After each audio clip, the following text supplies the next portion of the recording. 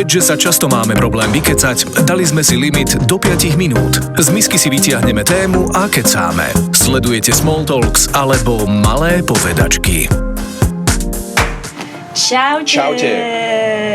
Je tu ďalší Small Talks. Nachádzame sa na tomto krásnom mieste a tu máme všetky témy. Presne tak, takže chalani, kto idete ťahať? Či... Ja som už dlho neťahal, Tak môžem? poď. Áno, ťahaj.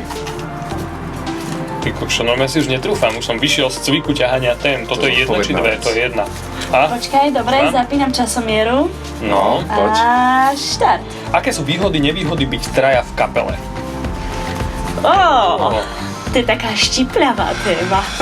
Ktoré čo? Traja v kapele. Tak počkajte, tak výhody, nevýhody, tak začneme čím? Výhodami? Podľa mňa to má viac výhod, jak nevýhod, nie? Ale veď samozrejme, že Ale má. oproti čomu? Že výhod oproti tomu, že by sme boli 40 alebo Výhod tomu, že by sme boli oproti cenám potravín napríklad, to má viac výhod, podľa mňa, že? Ja, ale vieš, že výhod oproti tomu, že by sme boli solo, Asi akože áno, interpret, že jeden. alebo že by sme boli piati ako no name. Tak základná výhoda je, že nie sme na to sami. Hej, že napríklad aj keď idem hrať, spievať, tak nejdem ja sám na ten stage, nie som tam ja sám, ale sme tam proste traja. Môžeme sa nejako doplňať, podporiť, alebo keď niekomu vypadne text, tak ten druhý ho... To sa nikdy nestalo. Akože naozaj zodpovedne. Nikdy. A mne už vôbec. Počúvajte, ako to má nevýhodu? Ešte som chcela, ja mám výhodu, ktorá sa dá aj ako nevýhoda brať.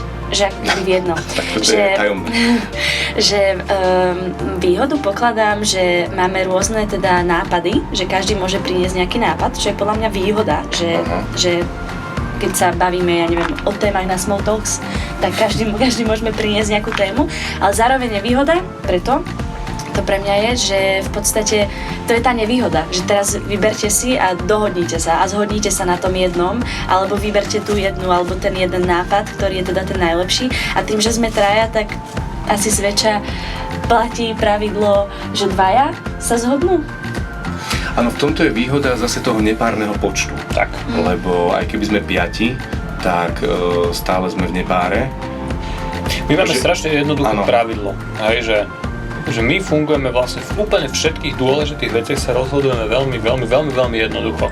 Že keď sa dvaja na niečom zhodnú, tak prehlasujú toho tretieho. Ono sa to skoro nikdy nestane, že by ten jeden bol akože úplne že proti niečomu a dvaja ho prehlasujú.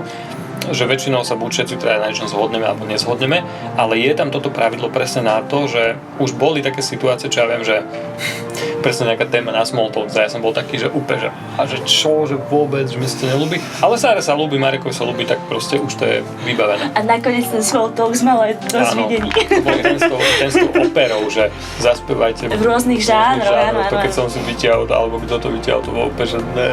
A nakoniec všetkým sa to vlastne strašne páči. Takže... Ale ja chcem povedať ešte nevýhodu, napríklad to, že sme traja.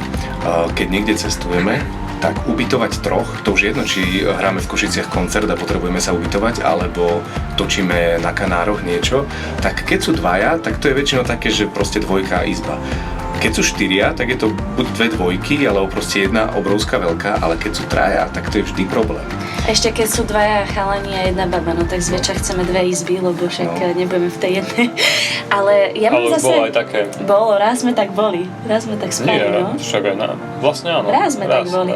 Ale ja mám ešte výhodu, že pre mňa napríklad, čo sa týka toho spevu, že napríklad keď nahrávame, tak vlastne dobre, aj jeden si dokážete spraviť tých viac hlasov, alebo že proste dá sa nahrať, ale proste každý máme úplne iný ten hlas. A to je tá výhoda toho, že proste dokážeme nahrávať trojhlasy, viac hlasy, ale každý vlastne sme úplne špecifický a to je podľa mňa dosť výhoda v tých songoch, že teda nie sme iba solo. Mňa ešte napadla nevýhoda. A je to tak akože blbosť, ale vlastne, že honorár. Lebo my okrem toho, že ideme na koncert, dobre, tak na koncert ideme ako kapela a vypýtame si nejaký honorár. Ale my sme vlastne, že moderátori a že keď ide jeden moderátor niekam, tak on má honorár za vymyslím si, nech sa to dobre počíta. Keď jeden moderátor príde a povie, že ja chcem 500 eur za moderovanie, tak fajn. Ale keď prídu traja, tak buď povedia, že 500 a to je, že 1500, čo už je také, že tak halo, vy ste sa zbláznili, alebo proste sme drahí potom, takže... Hej, že stále sme ako keby tá jedna jednotka v podstate, tá jedna kapela, to jedno teleso, ale sme traja a keď ideme s kapelou, tak nás je aj teraz, nie tie izby. Teraz nás čaká jeden koncert a riešili sme to, že vlastne sme ďaleko od Bratislavy a ideme celá kapela aj so zvukármi všetko a že chceme ubytovanie a to je 12 hodín. A mne ešte napadla aj taká úplne vec, taká každodenná, že prídete na obedové menu do reštaurácie a jeden si objedná, že ja chcem jednotku a druhý aj ja a čašnička povie, že ale už máme iba jednu. Hej, že aké sme traja, tak je to problém. Ja neviem, čo robí taký polemik, hej, napríklad.